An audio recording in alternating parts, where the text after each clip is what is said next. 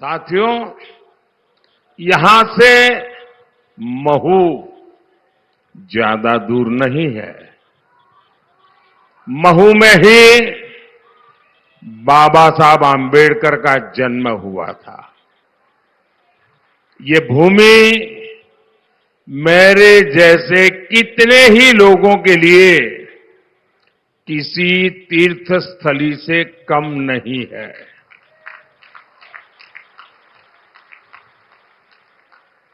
और मैं तो अगर स्वार्थ की भाषा में बोलूं,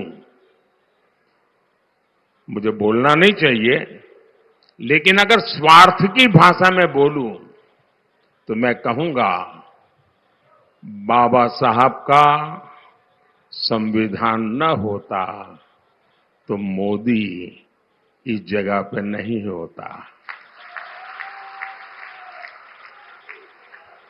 ये बाबा साहब का संविधान है जिसके कारण आप सब मुझे यहां तक पहुंचा पाए। नहीं तो आज भी एक ही परिवार का राज चल रहा होता।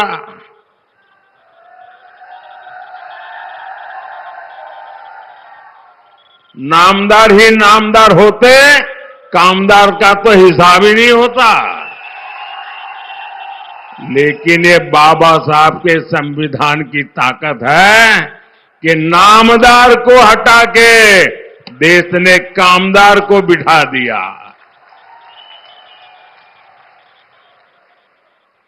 और यही वजह है कि कांग्रेस बाबा साहब से नफरत करती है।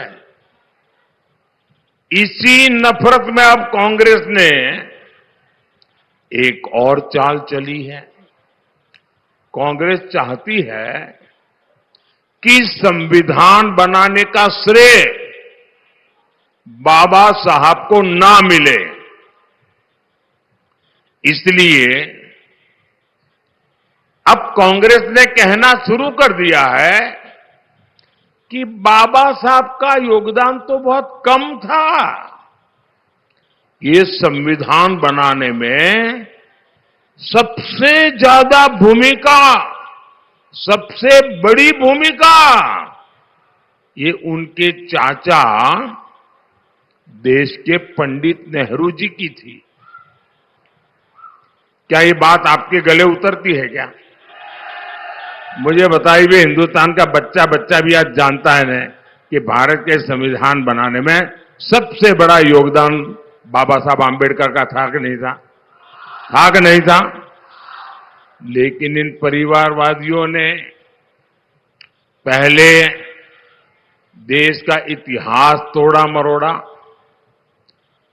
आजादी के महान सपूतों को भुलवा दिया और परिवारवादियों ने अपना महिमा मंडन करने के लिए,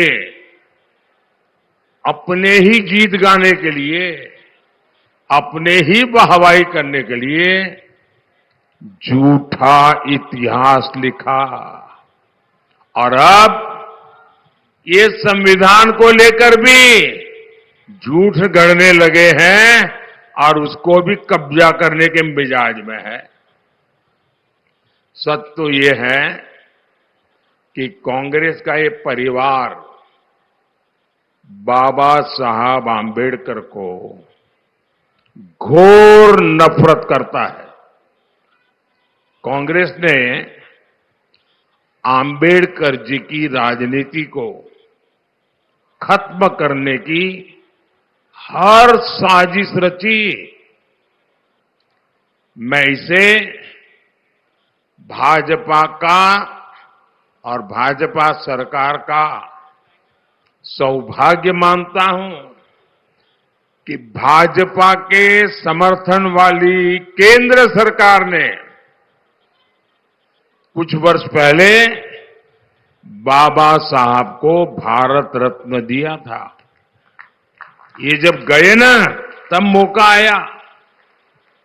मैं इसे भी अपना सौभाग्य मानता हूं कि मुझे बाबा साहब से जुड़े स्थानों को पंच तीर्थ के रूप में विकसित करने का अवसर मिला। कमल का बटन दबाएं, भाजपा को जिताएं।